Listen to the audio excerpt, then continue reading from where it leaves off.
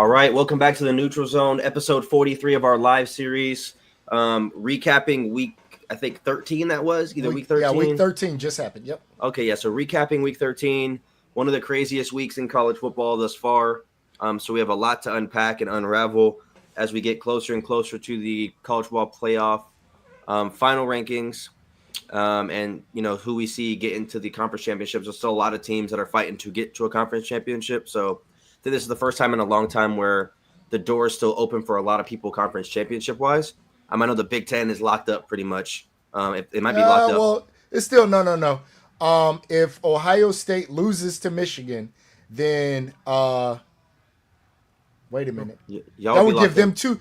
That would give them two losses in conference because they lost to Oregon as well. So Penn State would go to the Big Ten, the conference championship.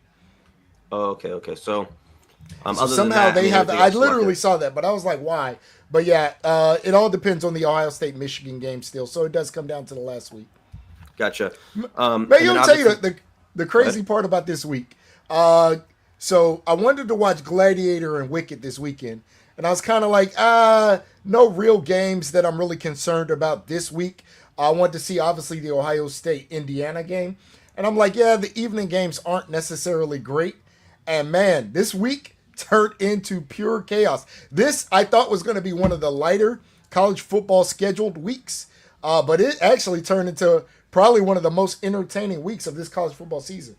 Yeah, so many teams lost. Obviously, a few teams benefited from that, which we'll talk about later. But overall, I think when you look at the conference championship picture, you have the ACC, which is pretty much secure outside of Miami and Syracuse next week. We'll see what happens there. The SEC, you have Georgia, who's going to play the winner of Texas A&M. Then the Big 12 is like a four-way tie right now. And we obviously just talked about the Big Ten. The Big Ten. And then there's like a two-headed race for the highest rated group of five between, I think, Tulane and Boise State. So I think between those two teams, we'll get one of them in the playoffs. I think Boise State is going to have to play UNLV, either UNLV or I don't think is Army in the American this year. Army is in the American. Okay, yeah. So I think it'll be Tulane and Boise. I think it's going to be hard for Army to be the top ranked. One, because I think they're about to drop. But two, because that bad loss to Notre Dame, I think the voters are going to really hold on to that. Now, it's kind of crazy because Army has kind of an advantage. They're going to play the Navy game, and then they can play in the American Conference Championship. So they theoretically have three more games or three more opportunities to impress the committee, though. Again, I do think the committee is going to hold on to that game against Notre Dame. And like I said, because Notre Dame, and let me say it now, let's just get it out of the way. Notre Dame looked impressive against Army, a team that has BCA standards. And that's, you guys don't know, body composition standards. So they have to meet height and weight because they're in the military. But they did look impressive against a previously undefeated team. So I think that's gonna really hurt Army. Yeah, and I had said this in the Discord yesterday. I think now this could be an unpopular opinion. I'm not a Notre Dame fan, but I think going forward they need to revise something at some point. That I think if Notre Dame is in the top four at the end of the season after conference championship week, they deserve to have a playoff bye. I think that should be the case. I understand they don't play a conference championship game, but I think when you are a top four team, you deserve to have a bye week, especially when you're looking at the end of the day, you're going to play a top 12 team regardless. And sometimes a conference championship game is not a top 12 team. And the Big 12 is not a top 12 opponent. I think this is going to push Notre Dame into a conference at some point. I think they're going to have a couple. I think what's going to happen is, and it doesn't matter so much this year, because I think Notre Dame in most conferences probably still would have been an at-large. I think what's going to happen is Notre Dame's going to have a year where they're actually undefeated, a top four team, and have to play and have no opportunity to have that bye, where they're going to say, either one, NCAA is gonna look at it just like you said and say, hey, do we create some sort of exemption for them, or Notre Dame's gonna say, yo, we got to join a conference because we're getting screwed by not being in a conference. Yeah, because if you look at the Big 12, I mean, I don't think any of the Big 12 teams are going to be in the top 12 come conference championship week. And the winner of that game is going to get a bye week because I'm Yeah. assuming they're going to jump Boise State, I would assume. So they're going to get a bye week, but I think Notre Dame is more deserving of that bye week, in my opinion. And then, Oh, you pandering, you pandering. but No, Notre even, Dame ain't more. Nah, they and, lost to NIU. I understand, but there's also some other bad losses too. I mean, there's bad losses across the board.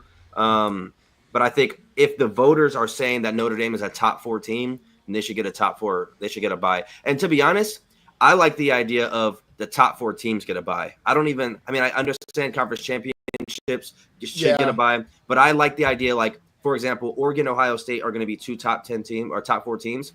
I think they should get a bye week. Now, obviously, they're going to play each other in the conference championship week. I mean, the final rankings going into the playoffs, they should It should see just it be that the way. top.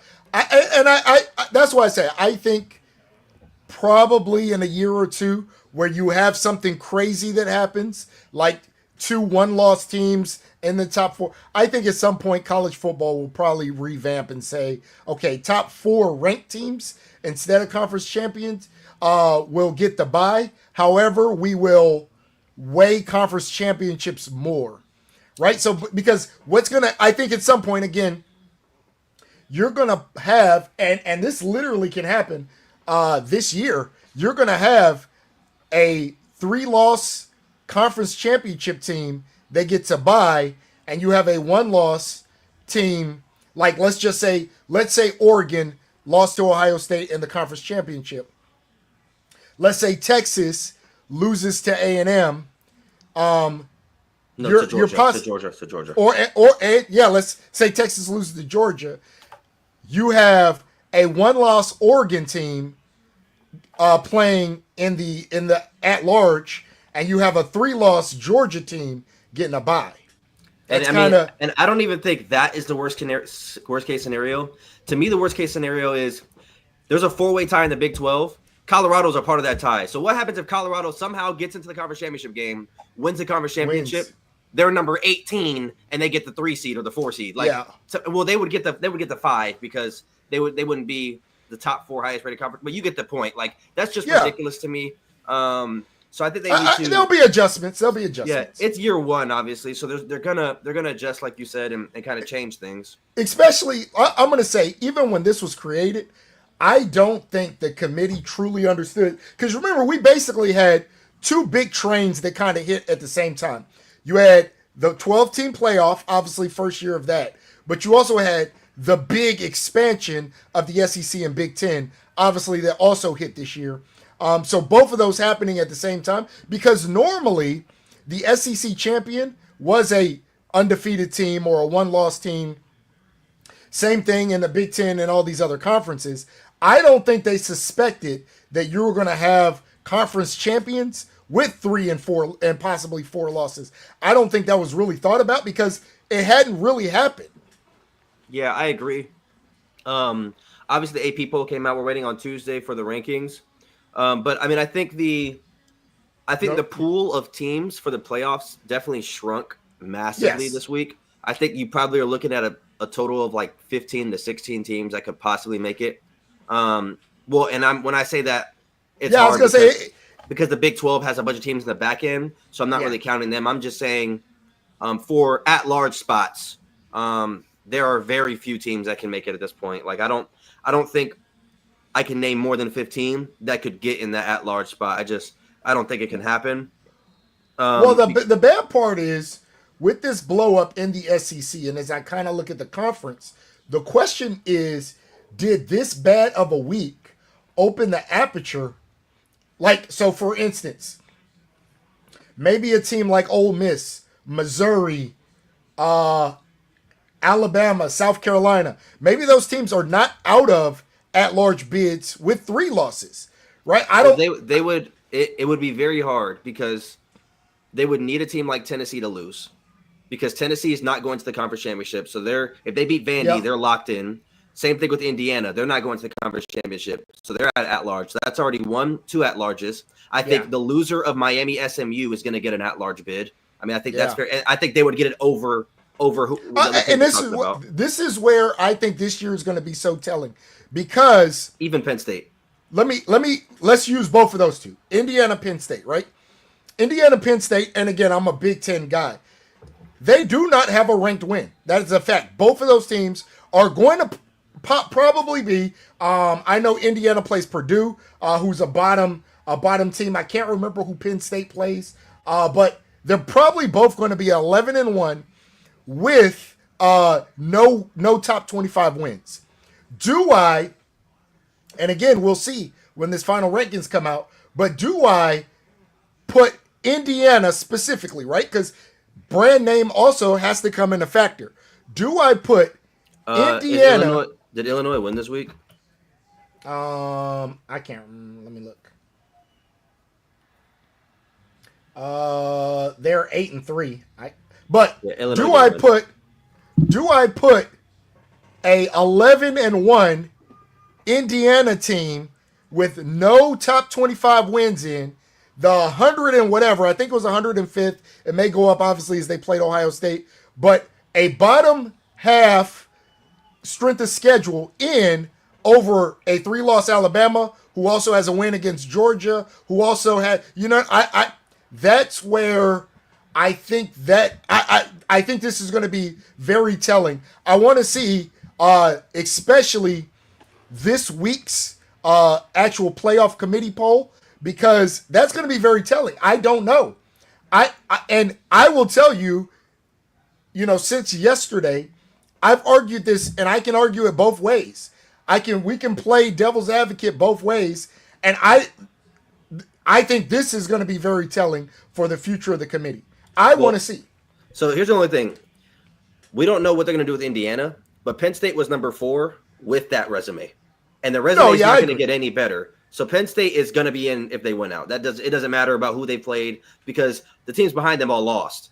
So it's not like Alabama, strengthened their resume. Their resume only got worse. So I think Penn State's going to be in. I think Tennessee's going to be in. I think Georgia's going to be in. I think Texas will be in. Well, I'm talking about at large bid. I'm not counting. I'm just counting one of them because one of them has to win the SEC title. So let's just say Texas wins the SEC title. Then I think there's only 6 at large bids. So you have Georgia, Penn State, Notre Dame.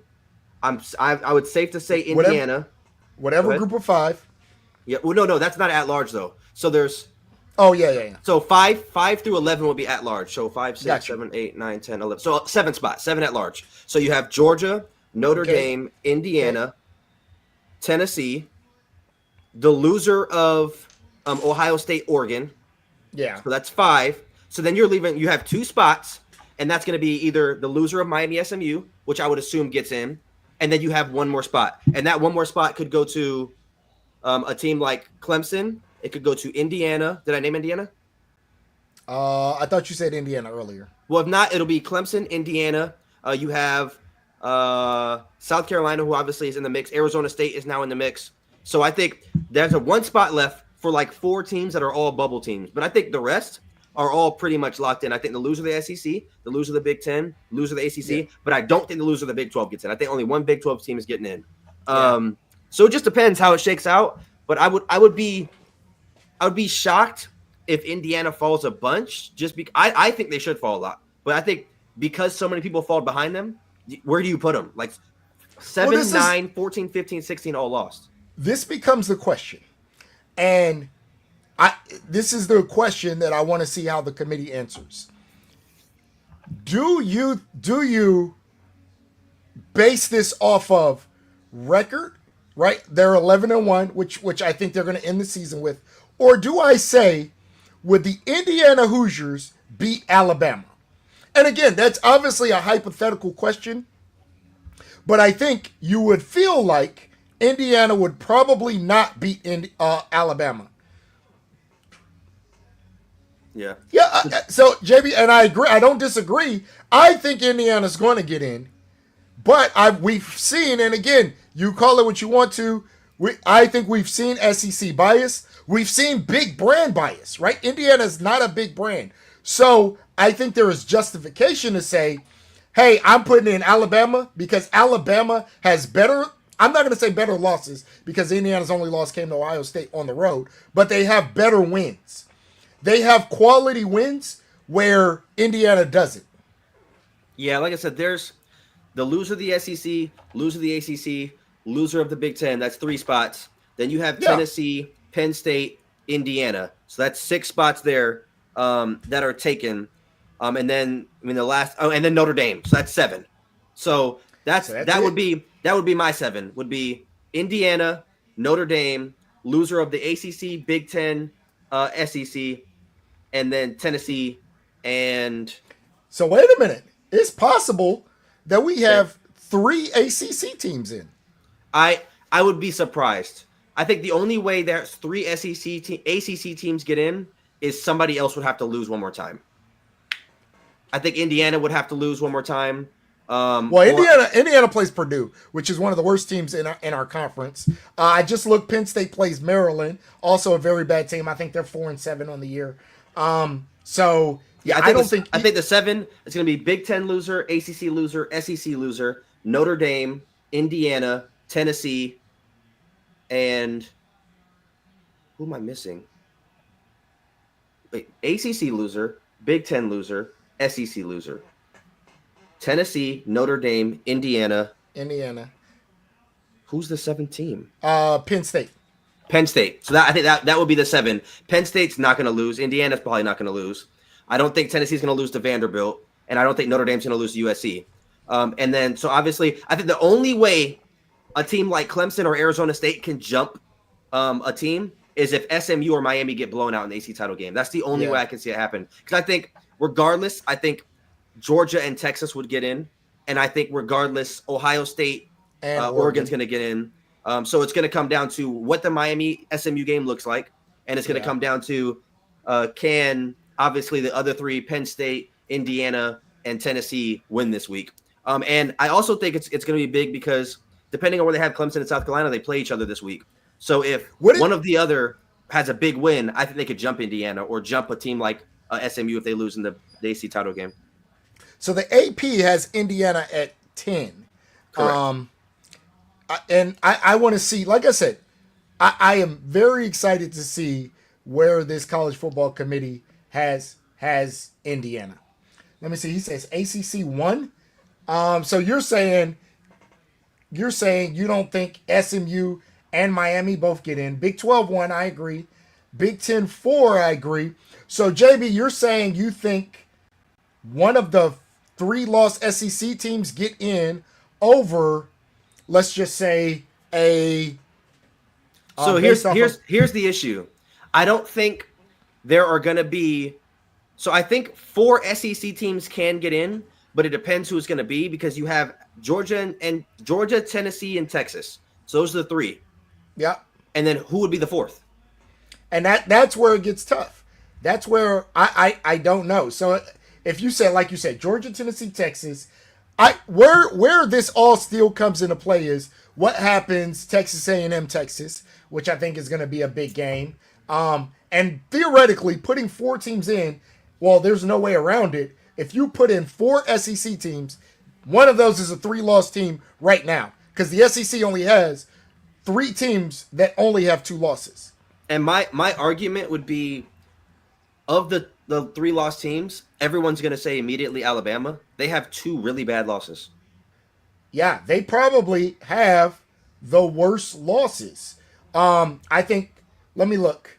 I think you could easily say Ole Miss, who's lost to. Wait. So who's 10-2 in the ACC? No one's the only 10-2 team in the ACC would be Clemson. What do you say? He's saying 9-3 SEC gets in over 10-2 ACC or Big 12. I agree with the Big 12. I don't believe Alabama gets in over Clemson. If Alabama goes 9-3, Clemson goes 10-2. So when you're looking at the ACC, you have SMU who's 10-1, and Miami who's 10-1, and then you have Clemson who's 9-2. I think those are the only teams. That's my point though. So he's saying they'll punish the ACC for getting the conference championship loser. I don't think they're going to move SMU behind Alabama or Yeah, I Miami don't behind think Alabama. it'd be very tough, JB. Again, and we'll see. None of us know. But unless, like you mentioned, Stephen, unless the ACC champion gets absolutely demolished, I think it's tough to punish somebody for playing an extra game, right? Especially if we're talking about against an SEC team that didn't make the conference championship. How do I, again, let's assume, playing this out, that Miami wins, beat Syracuse. SMU's already in. They're both 11-1. They go to the conference championship game. It's a close game. Let's just say, to play this out, SMU loses by 3. So now they're 11-2. How am I putting a 9-3 team in that didn't play in their conference championship over a team that lost in the conference championship barely? I don't think that would happen. But again, we don't know. I don't know, but I don't think that would happen. Yeah, it's going to be interesting. I think the best case for them to get a team that has 3 losses is if A&M beats Texas next week. I think that's the only way, because I think Texas A&M is going to be around 20-23. And if they beat a top 3 team or a top 4 team in college football, I think they jump up crazy. Yeah, AP has them at 20. And they would go to the SEC title game. So yeah. And then if they win the SEC title game, then you're going to get Georgia. If they win the SEC title game, then I think we have pure chaos. Yeah, because then Georgia and Texas book it in. Yeah. Oh my goodness, I didn't even think about that. But JB, you could say the same argument for 5 people in the top 10. Yeah, that's the tough part. I'm being honest, JB. I don't disagree with you. What I at least am saying is, I wonder what the committee is going to value. Are you valuing record, or are you valuing a team that has losses? And let me play this out, because I think this is, every SEC team has a bad loss, has a loss to a team that, if all of their losses were Georgia, Alabama, Texas, then cool. But I think all of them have a loss to a team that they should have beat. I'm not saying you're wrong. I think based off of the way things have been ranked, right? Because if you said that, you'd also be saying it about Penn State. You'd also be saying it about Indiana. We could talk quality wins, and SEC teams have better quality wins than a bunch of teams, but they also have a worse loss than a bunch of teams. And every one of the 3 lost teams has a worse loss than any team above them, to include, and like we said, we got to include Clemson in that conversation as well, who could possibly finish 10-2. Let's just assume they don't go to the playoffs, but at 10-2, and they have 2 at least decent losses. They don't have a horrible loss. The Louisville one, I guess I don't know where you put that. Is Louisville ranked? No. They're not in the AP, so maybe you call the Louisville loss bad. And you also look at the fact that Clemson and South Carolina will play in the final week. And that's another big win. So that would give them that'd give them a big win there, because they have South Carolina at 16. So if Clemson was to beat South Carolina, even if they don't make the ACC championship, does a 10-2 Clemson get in over a 9-3 SEC team? Especially when I look, and again, this week is going to be very telling. But if Clemson comes in ahead of Alabama, Ole Miss, all of those teams, and Clemson beats South Carolina, Alabama beats a bad Auburn, how do you jump Clemson? Right? Because that would be the end. I think that's why I want to see how inconsistent the committee is. Yeah. Because what they can do, they could save their ass if they put Clemson behind all these teams. Because then we have to say, can Clemson jump them? But if they put Clemson above them and Clemson beats them, then they can't. Because then if you do it next week, it's like, why did you have Clemson above before a better win than Alabama had? Because at this point, you're putting people where you want. Yeah. So this week is very big for that very reason, right? That 9-3 team, if and again, they don't have to, but if the playoff committee follows what the AP has out, which has Clemson above Alabama, Ole Miss, South Carolina. Well, South Carolina will take out, but let's just say Alabama and Ole Miss, right? Because I think those are the 2 next SEC teams, the 9-3 SEC teams that have an opportunity. If this kind of plays out, and we're talking about that last at large, Clemson beats South Carolina, Alabama beats Auburn. You cannot have Alabama jump Clemson because South Carolina is a better win than Auburn. Like, that would make no sense. It make no sense to one, because if you're going to say body of work, then you have to do that this week. Exactly. You have to say this week Alabama has a better body of work. The only thing we're doing is adding to the story, and if Clemson beats South Carolina, that is a better next chapter. So you can't. It would show extreme bias to have Alabama then jump Clemson. Yeah, so we'll just have to see. I mean, I think they're going to have Alabama above Clemson because I think the only that gives them enough leeway. Yeah, and the common opponent is Georgia. We lost Georgia; they beat Georgia. But I do understand the common opponent, but they also have one more loss than us. So I just don't know how that works. If we had the record, then it would make sense. Clemson would definitely have an argument with South Carolina win. What would you say Clemson's best win is? They're more well, at that point, it would be South Carolina. Yeah, so it would be South Carolina. At this point, I don't think we have a really good win. I think it's like a 6-5 Virginia or something. But like I said, I could say that for half the people in the top 10. Yeah, you can say that Indiana, Penn State. Like, listen, and people keep forgetting this. You could say that for Texas. Texas does not have a ranked win. They have played based off of where we are right now. This past week, the College Football Playoff Committee poll, they have played one ranked team, which was Georgia, and they lost that game. Yeah, I mean, Texas does. I think their best win is 6-5. I think our best win is 6-5.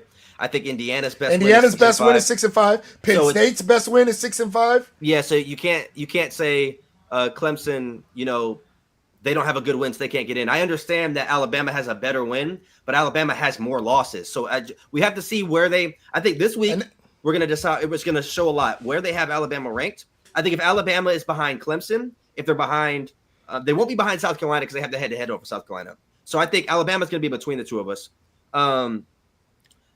Georgia should be above Texas. The committee cares too much about record, not who you beat.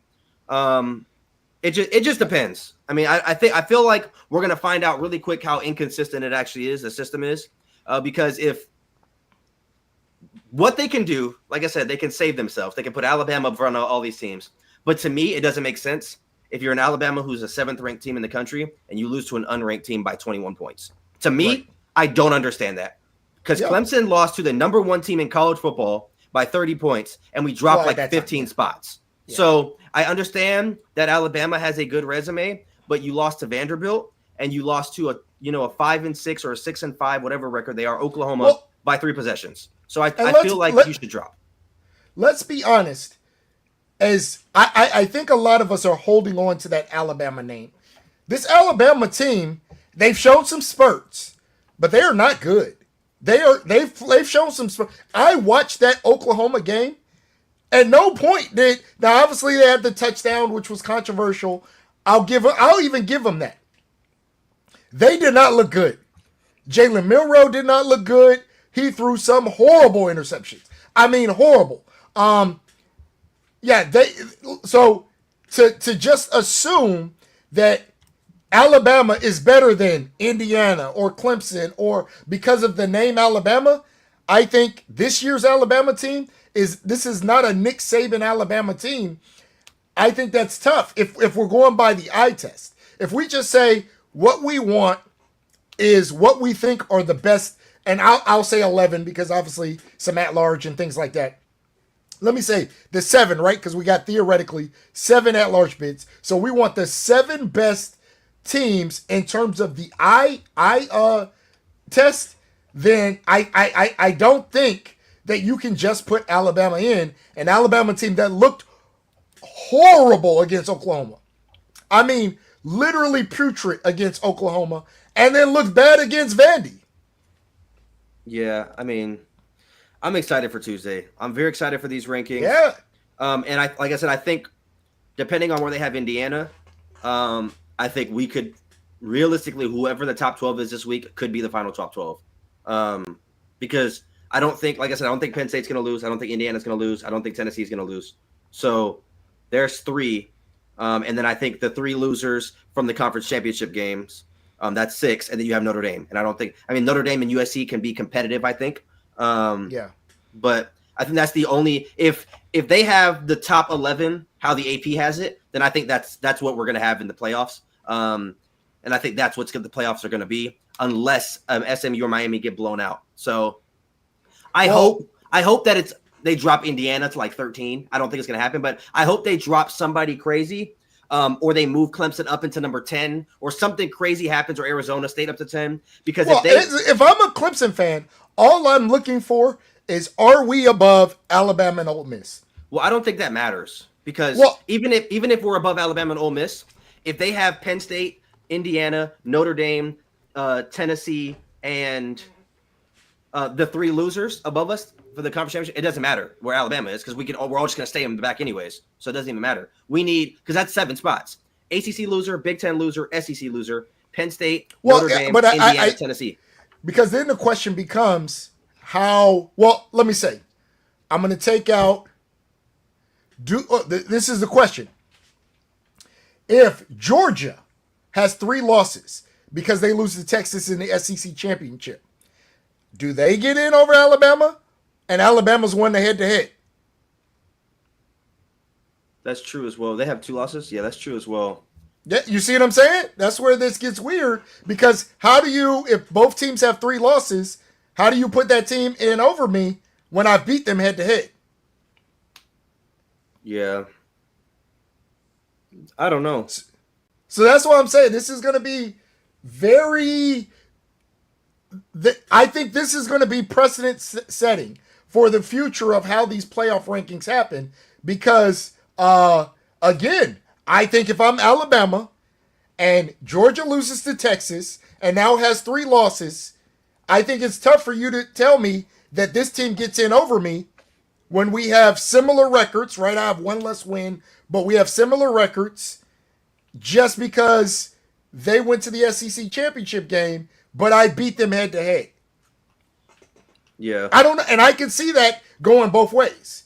I can see you saying, hey, I'm not going to, no, Brian, I absolutely, is your last name really McMeat? That's what it says. It says McMeat. All right, say what you're going to say.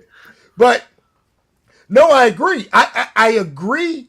Let me say, and again, I think Steven said it, I don't think the Big 12 champion, loser, conference championship loser is in no matter what. I think really what we're talking about, and I'm going to flip it to the other side, and I'm going to say the Big 10 conference loser, if Ohio State beats Michigan, I think both of those teams are in. I think it doesn't matter what happens in that game, both of those teams are getting in.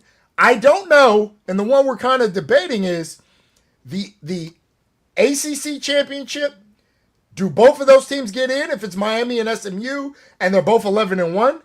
And the SEC champion, does Georgia get in if they lose? Right? I think if Georgia wins, obviously they get in. And if Texas beats Texas A&M and they go into that game 11-1 and they lose, I think they get in. I think they get in at 11-2 over Alabama.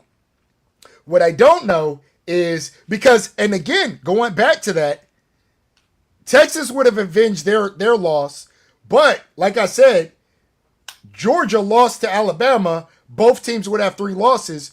What team are you putting in? I don't know. Yeah. I hope it gets chaotic at the end. I hope Texas and Georgia, or I hope Georgia beats Texas. Did I say that right? Who's number? You hope Georgia beats Texas. What's Texas' record? They have 1 loss, right? They have 1 loss. As a Clemson fan, you probably need it the opposite way. You probably need Texas, because the SEC champion is going to get in. So if it's Texas, I think Texas, if they beat Texas A&M, they're getting in, no matter what happens in the SEC championship. Well, I mean, Georgia's going to get in over us based on the head-to-head, though. And that's where that becomes weird. Now you got kind of this 3-way thing where, does a 3-loss Georgia, who also beat Clemson, get in over Clemson? Or, I don't know. That's where at least in terms of at large, What you need is there to be this big long conversation about what are we valuing? Because at that point, you are saying there's a Clemson team that only has 2 losses. Am I putting in a Georgia team that has 3? I don't know. Yeah, it's going to be interesting. How do you feel about Travis Hunter already pretty much winning the Heisman at this point? I don't agree. He's a large favorite. Like, it's not even close anymore. No, I respect it. The hard part for me is I don't think he's the best corner in college football. I don't. I don't think he's the best receiver in college football. I think he's the best athlete in college football. I think this Colorado team is possibly could have 4 or 5 losses. Is that it? Lamar, when Lamar did it, he put up historical numbers, right? And what I mean by that is a Heisman winner that came from a team with four losses, right? It doesn't happen often. When Lamar did it, it's just because he put up astronomical numbers. I can see you calling Travis Hunter that type of freak, right? Because I would say I think he's a top 15 wide receiver, and I think he's a top 15 corner. But I don't think I don't think if you took one side of the ball on either side, he'd even be in this conversation. So we're putting and I'm not going to call them a losing team. Let me call it a non-traditional Heisman team player from a team in terms of record in the conversation simply because he plays both sides of the ball. Like, yeah, that's exactly what it is. I mean, and we also saw this before. Like, every high recruit played both sides of the ball. Like, that's what they did in high school. And yeah. I don't think, and I understand. I'm not trying to sound like a hater because I like Travis Hunter, but he's not the only person in college football that could be doing this. Other coaches just don't do it because they're not Deion Sanders. Right, we were talking about it. Caleb Downs played running back in high school. Like, they were talking about, we should get Caleb Downs plays at running back. I mean, again, most teams aren't going to do it. The fact that, so really, this is an opportunity award more than anything else. Again, absolute kudos to Travis. It sounds Hunter. bad when you say it, but it's like, I'm not trying to say it like that. Absolute kudos. I think because this is a year where you don't have a runaway guy. Good point. Really, you know what I'm saying? Like, you don't have a guy like the Deshaun Watson year or the Joe Burrow year or the, you know what I'm saying? Mac Jones year. You don't. Mac Jones didn't win it, but the Devontae Smith year. You don't have a guy kind of running away on one of those top contending teams, right? Dylan Gabriel has very decent numbers, not anything that's like, oh snap. Will Howard and the whole Ohio State team all has very mediocre numbers. When you look at Quinn Ewers, obviously missed some weeks. So when I look at the top teams, the only guy on, if you kind of go top, based off of the AP, top 4 that really you would even put in that conversation, because that would include Penn State. And let's go one further, Notre Dame, Riley Leonard, I don't think has Heisman numbers. The only person you'd put in that conversation is Dylan Gabriel, and I don't think he has, like, amazing numbers. He doesn't even have the best quarterback numbers. So it'd be tough for it to be Dylan Gabriel. So this is, I think, the one year where maybe it makes sense. And the only knock I would say against Genty is that obviously he's playing Group of 5. So how do I knock him for the competition? Now, obviously he went off against Oregon, but do I knock him for a season of competition against Group of 5 guys? And I think that's the only other person. I personally would give it to Genty because I think what he's doing is ridiculous. And he has the difference between, to me, him and Travis Hunter is he has the numbers to back it up. Travis Hunter, I don't think has the numbers. He has the visual. Hey, guys done very good at wide receiver and very good at corner. He hasn't done amazing. Like I said, I don't think he's top 5 in receiving in any stat. Who do you think is going to be the 3 in New York? I would say, I think it's going to be Genty, Travis Hunter, and Dylan Gabriel. Do you think Ward's going to get an invite too, or no? I I think they would, because remember they can go up to 5 people there. I think Ward would be the 4th. So if I, based off of where we are right now, I think they will invite Ward. I think this is going to depend on what happens, especially in that conference championship game. Yeah, I mean, let me say, I think Ward has an outside chance if he against SMU blows up, because he has numbers. He has numbers. He has what they call, Heisman moments. But I don't know.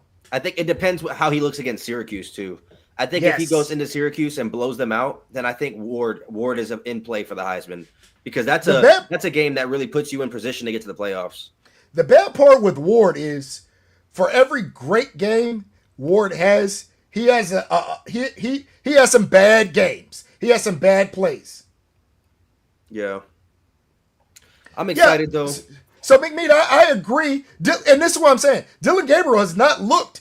I don't even think this is Dylan Gabriel's best year, but he is the only quarterback in in that top, I guess what I'd say, the top 4 or 5, that really is putting up even numbers that you could say are worthy of Heisman. So it's tough. It's very tough. Yeah, and Dane, I agree. Genty did have 200, and I think the 200 against Oregon is going to really carry him. I think that is the thing where he can say, hey, I did play the number 1 team in the nation and blew up. I think it's just when we look at the rest of those numbers, we're going to call them a little bit watered down because they did come against Group of 5. I mean, Dylan Gabriel, 3,000 yards, 22 touchdowns, 6 interceptions. That's very pedestrian.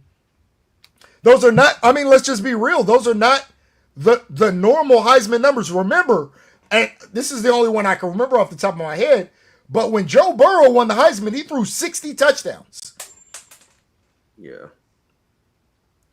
We're now talking about a guy who's at 3,000 yards and 22 touchdowns. There's a wide disparity between what Dylan Gabriel did. Now, again, Joe Burrow had an all-time year.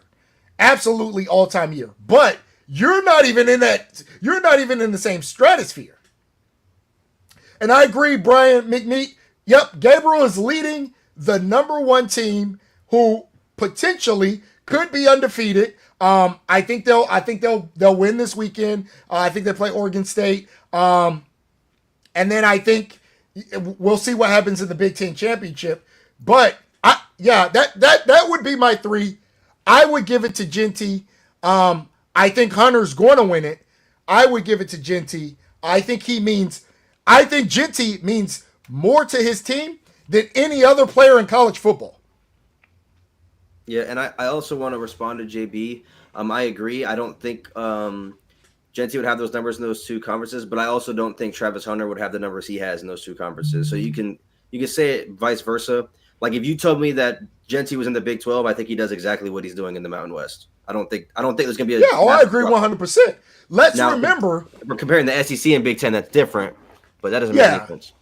Yeah, again, Genty put up, as was mentioned, he put up 200 against Oregon, ran all over them. And remember, we couldn't do that. And we're talking about with Travion Henderson and Quinshon Judkins, and we had a tough time running against Oregon. I think Genty is absolutely the truth. I think the kid is legit. I don't think we can say anywhere that he wouldn't. And again, let me take 2,000 yards off the table, but I think he'd be the best running back in the SEC. Now, maybe he wouldn't have 2,000 yards, but I think he'd be the leading rusher in the SEC, especially if I put him on a good SEC team as well. If you give me an Ole Miss or somebody with a good line, now again, if you're talking like a Vanderbilt or somebody, or Mississippi State, maybe, hey, the line's not great. But if you tell me I could put him on Ole Miss, I think he's putting up amazing numbers in the SEC as well. Yeah, so as of right now, the Heisman odds, Travis Hunter is a -400 to win it. Genty's a +400. Cam Ward's a +1,500. Milroe's a +3,000. Curtis Rourke is a +4,000. Dylan Gabriel is not in the top 5. Milroe is done. That was a horrendous game. horrendous. Rourke is done, although he's put up very good numbers. You didn't. He needed to have one of those games. He threw them less than 200 yards against Ohio State and looked shook. So BetMGM has Hunter as a minus 1,000 favorite with Genty at plus 700. Yeah, I think in terms of right now where we are, I think those are the two that we're talking about. I think Hunter doesn't win it most seasons, but it's two things, right? The name notoriety of being at Colorado and playing both ways, and then the fact that I think all around we don't have that standout guy. You don't have the Lamar of this year. You don't have the, like I mentioned, the Joe Burrow of the. You don't have another guy on one of the top teams that really just stands out head and shoulders above everybody else. So I think it's a perfect combination for Travis Hunter to win it this year. JB, if you actually believe this, which I'm not saying you're wrong because I don't want Hunter to win it either. I think Genty should get it. But if you think one of these two are going to win it, then you need to go put money on it. $100 would win you back $1,500 for Ward, and $100 would win you $7,000 for Dylan Gabriel. So I would definitely. I'm going to be honest. I think I'm going to put $100 on Dylan Gabriel. I think Dylan Gabriel, if he has another game like he had against Ohio State before, a 300-yard game, a 3-4 touchdown game, and Oregon beats Ohio State. When is the conference championship game? Is it before or after the Heisman? It is right before the Heisman. It is the last game that Heisman voters see. Oh, okay. So it's after conference championship, but before bowl games start. Gotcha. Yeah. So that would be the last game they see. Let me say I'd be willing to lose 100. I think that lasted an impression because, again, remember, Hunter may not be playing conference championship week. We don't know. Ward may not be playing conference championship week if they can't get past Syracuse. Genty, again, I don't know how people are going to see him. But 2 good games against Ohio State for Dylan Gabriel, leading an undefeated number 1 team as the quarterback. I don't know. I think I'd be willing to bet 100. What was Melvin Gordon's record that year, though? I think that matters. Who? He's saying Melvin Gordon rushed for 27 yards and didn't win it, but what was their record? Yeah. And again, I think what we're missing here, it's tough to compare years because I would need to know so much more about Melvin Gordon's 2,700. Who else was up that year? Yeah, right? who won the Heisman that year? Yeah, because this year there's no clear favorite. Because Genty is not competing against Melvin Gordon. Genty is competing against the people this year. And what we're saying is there's no standout this year. Now, Melvin Gordon may have had some standouts. And again, mind you, like I said, I don't know much about that year. But Melvin Gordon may have had some other standouts. Where if you did have, again, that Joe Burrow, right? I don't think we're talking about any of these people. We're going to say, hey, Joe Burrow's running away with this year. So Melvin Gordon if you had Jaden Mariota, who had an amazing year, again, a dual threat guy who was leading. 42-4 was his stats. Yeah, who was leading a Oregon team that played in the national championship. Right? You don't have that guy this year.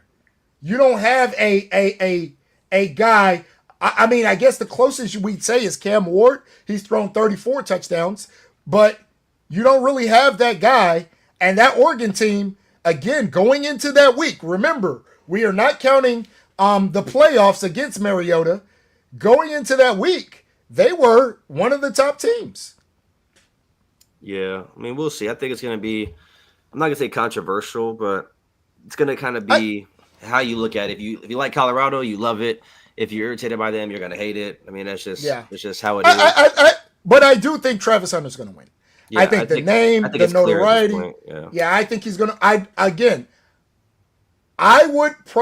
vote Genty. I'd probably go Genty, Dylan Gabriel, then Travis Hunter. And I hate to knock Travis Hunter because, again, he's having a good year. Even receiving, he's having a good year. He's putting up numbers. I just don't think that his receiving numbers alone warrant him being there. And I don't think his cornerback numbers alone warrant him being there. but I would say he's probably top 10 at both. So I'm combining two things and saying, hey, because you've done both, I'm going to put you there. Yeah. Well, that's going to wrap up the show. Obviously, chaos in college football in Week 13.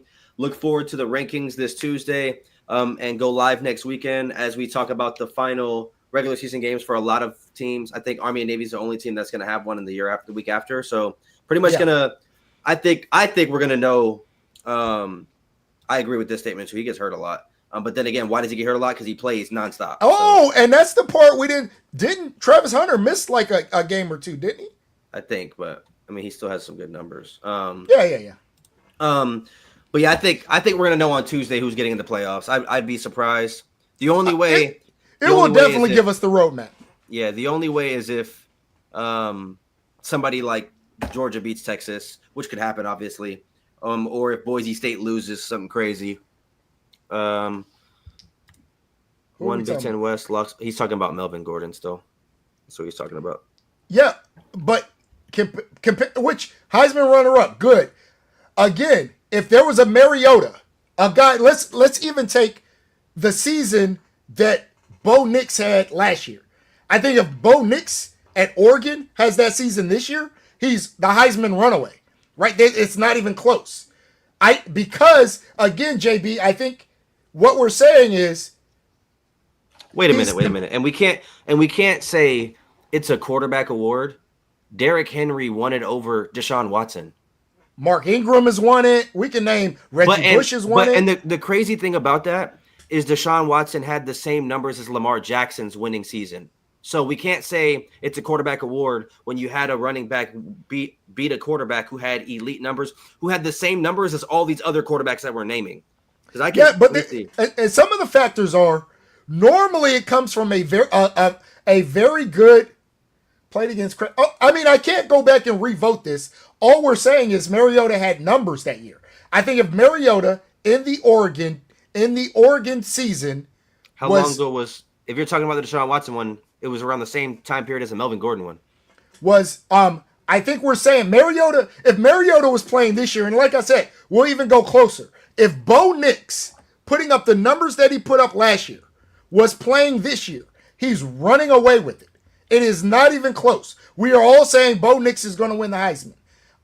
The same season that he had last year, nobody is really having that type of season this year. There is no runaway guy this year, which is, I guess, good. Even as I talk about Dylan Gabriel, we can talk about the issues with Cam Ward.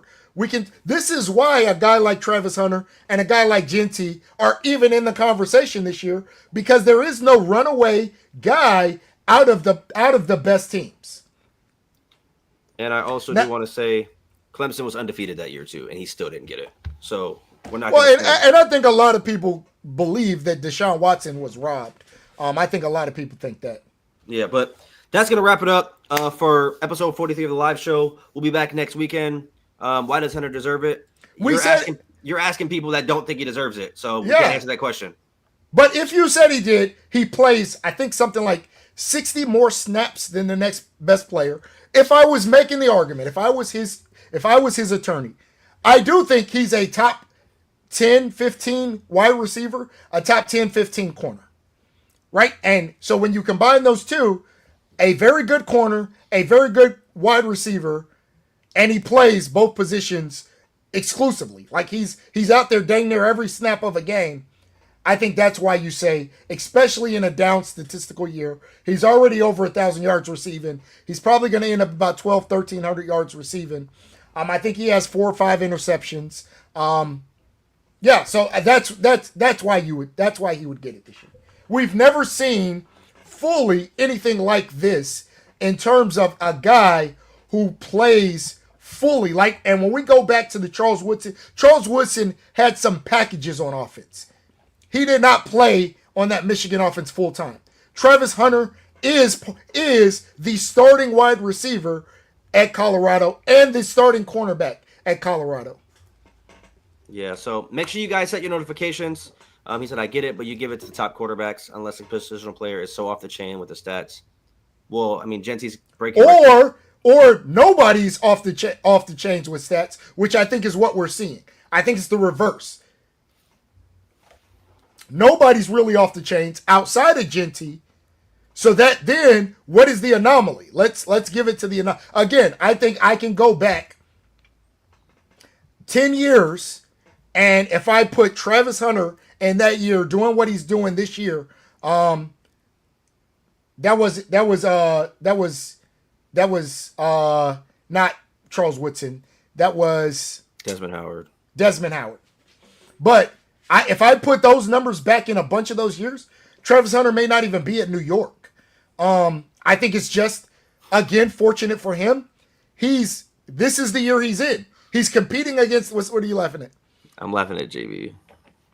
This is the year he's in. He doesn't have to compete against.